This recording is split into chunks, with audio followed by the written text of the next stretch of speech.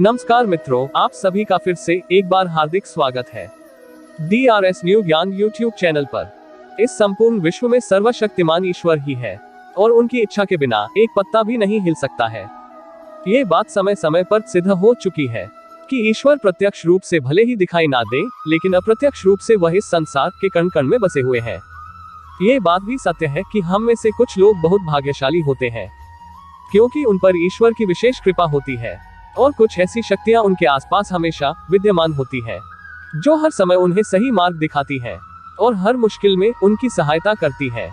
यही नहीं, यही ईश्वरीय शक्तियां कुछ ऐसे व्यक्तियों को चुनती है जो खुद भी सही मार्ग पर चले और दूसरे लोगों का भी सही मार्गदर्शन कर सके तथा उनकी सहायता कर सके। लेकिन हमें कैसे पता चल सकता है कि किन व्यक्तियों के पास अलौकिक शक्ति है या कौन से व्यक्तियों पर ईश्वर की कृपा है?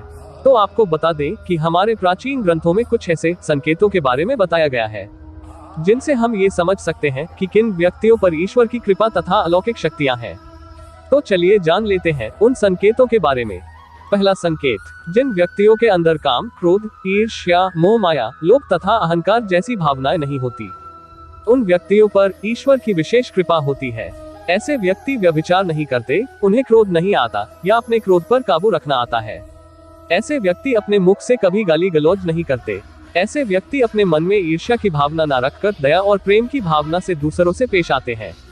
ऐसे व्यक्ति संतोष वृत्ति के होते हैं, यानी कि उसे किसी भी वस्तु का अत्यधिक लालच नहीं होता है। उसे जितना प्राप्त होता है उसमें वह स्वयं को संतुष्ट मानते हैं।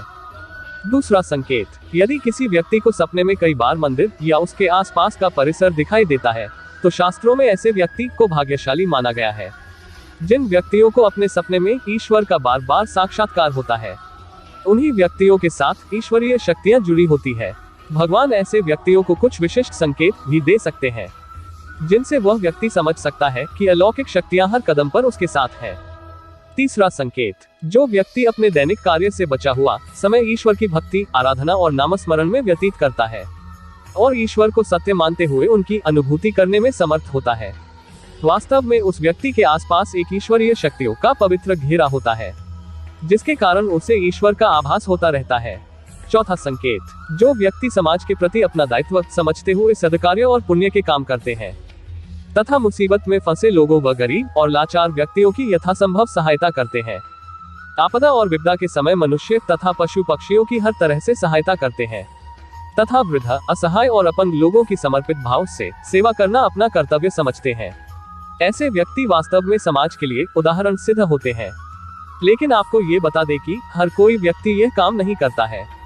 ये काम केवल वही व्यक्ति करते हैं जिस व्यक्ति के ऊपर भगवान की विशेष कृपा होती है। तभी उस व्यक्ति के अंदर ही ऐसे गुण उत्पन्न होते हैं। ऐसे व्यक्ति अंत में मोक्ष प्राप्त कर लेते हैं।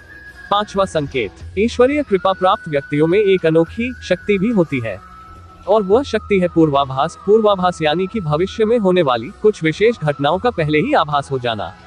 अगर आपको भी भविष्य में होने वाली कोई दुर्घटना या कोई अच्छी घटना के बारे में पहले ही अंदाजा लग जाता है, तो आपके ऊपर भगवान की विशेष कृपा है। छठवां संकेत, कुछ लोगों को हमेशा अपने आसपास एक विशिष्ट प्रकार की सुगंध का अनुभव होता है। हमेशा सुगंधित फूल, अगरबत्ती, धूप या कपूर जैसे पवित्र सुगंध का झोंका सा हवा में तैरता हुआ महसूस होता है, तो यह उसके आसपास ईश्वर की उपस्थिति का संकेत तथा देवी देवताओं का आशीर्वाद होता है। सातवां संकेत, ईश्वर का समय यानी कि ब्रह्म मुहूर्त सुबह 3:30 से लेकर 5:30 या 6 बजे तक का समय होता है।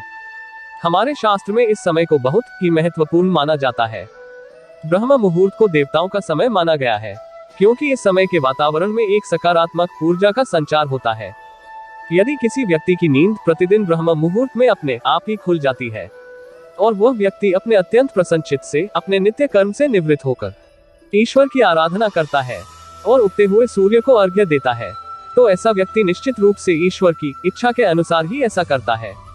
उसे ऐसा करने के लिए ईश्वरीय शक्तियां प्रवृत्त करती है, यानी कि ऐसे व्यक्ति पर भगवान की कृपा बनी हुई है।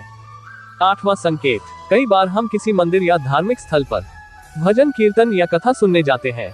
कितने भी सुंदर भजन हो या कितनी भी अच्छी कथा हो, बीच बीच में हमारा ध्यान भटक जाता है और हम कभी अपने घर के विषय में, कभी अपनी किसी समस्या पर या फिर अपने आसपास बैठे लोगों का विचार करने लगते हैं।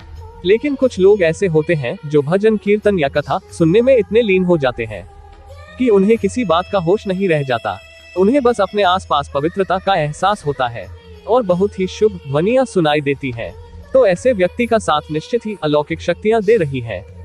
9वां संकेत, जो व्यक्ति ईश्वर के चरणों में ही परम आनंद की अनुभूति करता है और ईश्वर भक्ति को ही वास्तविक आनंद मानता है, ऐसा व्यक्ति न तो कभी दुखी रह सकता है और न ही किसी को दुख दे सकता है।